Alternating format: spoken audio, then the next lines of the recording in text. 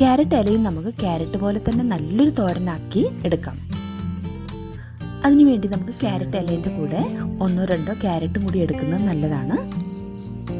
ക്യാരറ്റിൻ്റെ ഇലയും ക്യാരറ്റും നന്നായി പറ്റുന്നത്ര ചെറുതായി അരിഞ്ഞെടുക്കണം. ക്യാരറ്റിന് പകരം മുട്ടയും ഉപയോഗിക്കാവുന്നതാണ്. ക്യാരറ്റ് ഇതേപോലെ സ്ക്രാപ്പ് ചെയ്തെടുത്താലാണ് നല്ലത്. പച്ചമുളകും ഉള്ളിയും നമുക്ക് അരിഞ്ഞെടുത്ത് മാറ്റി വയ്ക്കാം. ഉപ്പും തേങ്ങയും എല്ലാം ചേർത്ത് നന്നായി ഇതൊന്ന് മിക്സ് ചെയ്തെടുക്കാം. അതിനുശേഷം 2 ടേബിൾ സ്പൂൺ വെളിച്ചെണ്ണ ഒഴിച്ച് കടുകും പൊട്ടിച്ച് അരിഞ്ഞു വെച്ചിരിക്കുന്ന സവോളയും പച്ചമുളകും ഇട്ട് കൊടുക്കുക. ഞാനിത് 2 പച്ചമുളക് എടുക്കാൻ കാരണം ഞാൻ കുറച്ച് കാന്താരിപ്പൊടിയും കൂടി ഇടുന്നുണ്ട്. അപ്പോൾ നിങ്ങൾ അതിനനുസരിച്ച് കുറച്ച് എരിവും കൂടി ഉണ്ടെങ്കിലാണ് ഈ തോരൻ നല്ല ടേസ്റ്റ് കൂടുന്നത്. നന്നായി ഒന്ന് ആവി വന്നതിന് ശേഷം നമുക്ക് കാന്താരിപ്പൊടിയും കൂടി അല്പം ചേർത്ത് ഒരു 5 മിനിറ്റോളം വേവിച്ച വിറ്റമിൻ എ ധാരാളം അടങ്ങിയിട്ടുള്ള തോരൻ റെഡി.